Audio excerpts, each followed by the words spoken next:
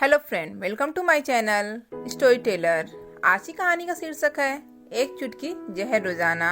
गीता नामक एक युवती का विवाह हुआ और वो अपने पति और सास के साथ अपने ससुराल में रहने लगी।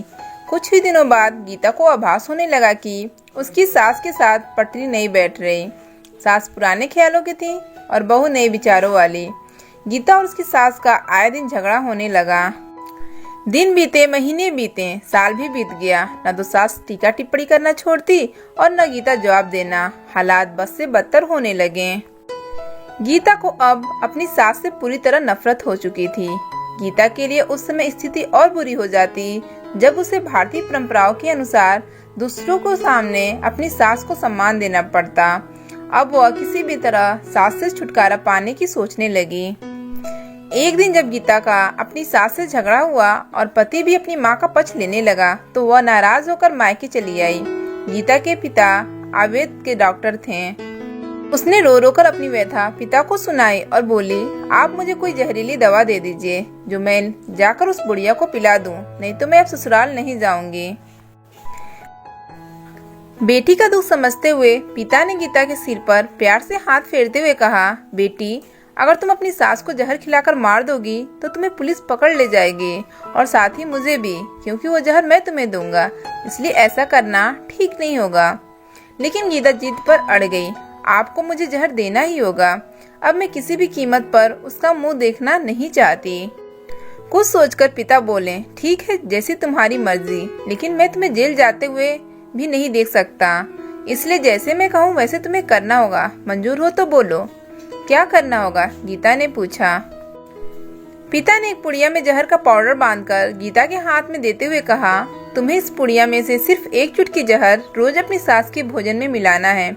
कम मात्रा होने से वो एकदम से नहीं मरेगी, बल्कि धीरे धीरे आंतरिक रूप से कमजोर होकर 5 से 6 महीनों में मर जाएगी। लोग समझेंगे कि वह स्वाभाविक मौत पर मर गई। पिता ने आगे कहा, लेकिन तुम्हें बेहद सावधान रहना होगा ताकि तुम्हारे पति को बिल्कुल भी शक न होने पाए, वरना हम दोनों को जेल जाना पड़ेगा। इसके लिए तुम आज के बाद अपनी सास से बिल्कुल भी झगड़ा नहीं करोगी, बल्कि उसकी सेवा करोगी। यदि वह तुम पर कोई टीका टिप्पणी करती हैं तो तुम चुपचाप सुन लोगी, बिल्कुल भी प्रत्युत्तर नहीं दोगी।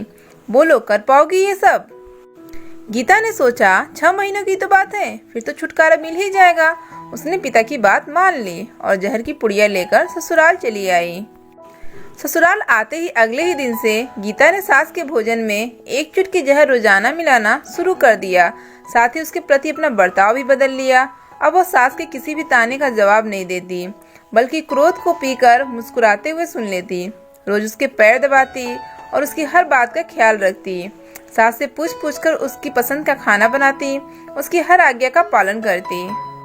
कुछ हफ्ते बीतते बीतते सास के स्वभाव में भी परिवर्तन आना शुरू हो गया। बहू की ओर से अपने तानों का प्रत्युत्तर न पाकर उसके ताने अब कम हो चले थे, बल्कि वह कभी कभी बहू की सेवा के बदले आशीष भी देने लगी थी।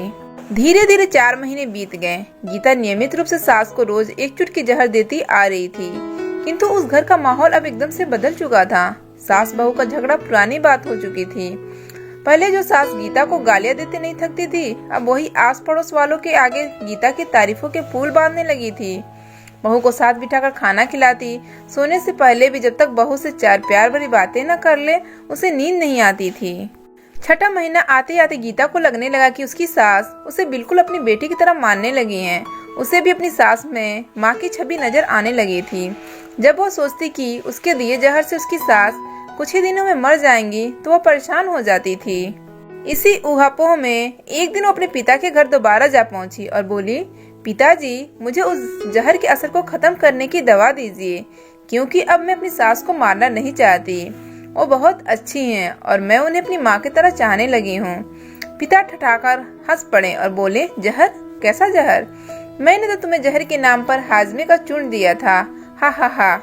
इस कहानी से यही शिक्षा मिलती है, बेटी को सही रास्ता दिखाएं, माँ बाप का पूर्ण फर्ज अदा करें।